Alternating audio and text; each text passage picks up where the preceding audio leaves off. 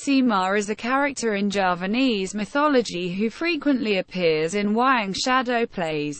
He is one of the punokawan clowns, but is in fact divine and very wise. He is the dhanyang, guardian spirit, of Java, and is regarded by some as the most sacred figure of the Wayang set. He is said to be the god Sang Hyang Ismaya in human form. The name Semar is said to derive from the Javanese word samar, dim, obscure, mysterious. He is often referred to with the honorific Kyai Lurah Semar, the venerable chief. Description. In depictions, Semar appears with a flat nose, a protruding lower jaw, a tired eye, and bulging rear, belly, and chest. He wears a checkered hip cloth, symbolizing sacredness. Like the other punokawan, the Wayang puppet does not have the elaborate openwork and ornamentation characteristic of the heroes in Wayang. Semar always leans forward, one hand palm up on his back and the other extended partly forward, moving up and down, with an extended forefinger. By tradition, Semar has 3 sons. The other punokawans in the Wayang, Garang, Petruk, and Bagong. Bagong does not appear in Surakarta-style Wayang. In some Wayangs, he has a brother Togog, or Hyang Antaga, who is the servant clown of a demonic hero. Origin. As Semar is one of the few characters in Wayang stories not from Indian mythology, his origin is obscure. One hypothesis is that he and his sons are old indigenous deities who became cursed and demoted to servants with the importation of the Kshatriya heroes of the Indian epics. Semar also resembles the Vidusaka clown figure of Indian Sanskrit drama. The first known appearance of Semar is during the Majapahit era, in 1358 in relief of Sudamala in Kandi Tigamangi, and in Kandi Suku dated 1439. The relief was copied from a Wayang story from the period where Semar was first known to be appeared.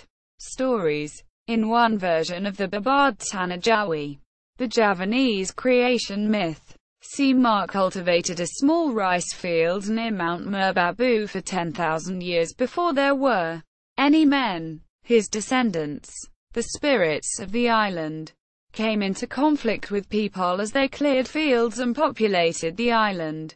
A powerful Hindu-Muslim priest, unable to deviate from his king's orders to continue cultivating the island, provided Semar with a role that will allow his children and grandchildren to stay.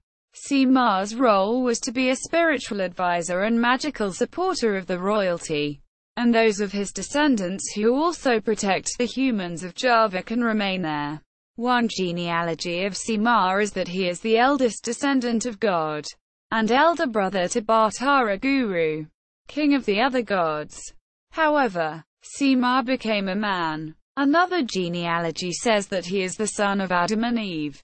His brother Nabi, prophet, Sis gave birth to various prophets, such as Jesus and Muhammad, from whom the various Western peoples are descended, while Semar, Sayang Sis, gave birth to the Hindus and the Javanese.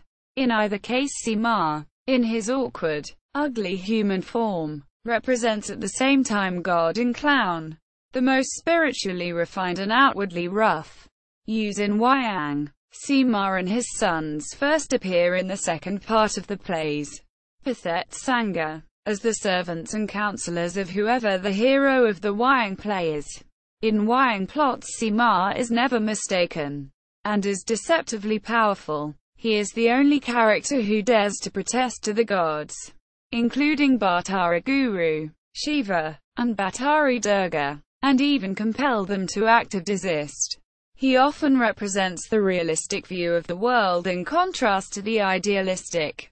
His role as servant is to cheer up those in despair and blunt the pride of the triumphant.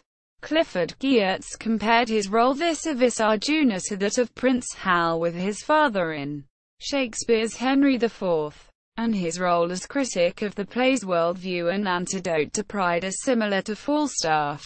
It has also been suggested that Semar is a symbol of the peasantry, not otherwise incorporated in the palace hierarchies, that in some more popular forms of the drama, he and the other clowns dominate the royal heroes supports this idea.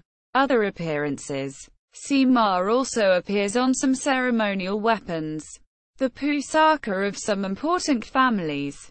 In this role he represents an ancestral figure. There is a low rectangular candi on the Dhanyang plateau known as Candi Semar, perhaps originally a treasury, but it is generally assumed by scholars that its name was given to the temple centuries after its erection. In Bali, the counterpart of Semar is Tualin.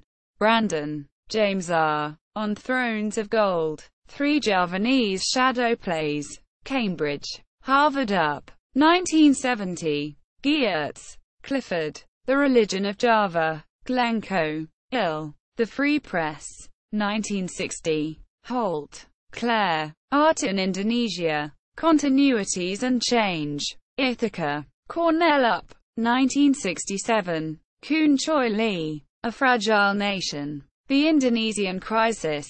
World Scientific. 1999. Notes.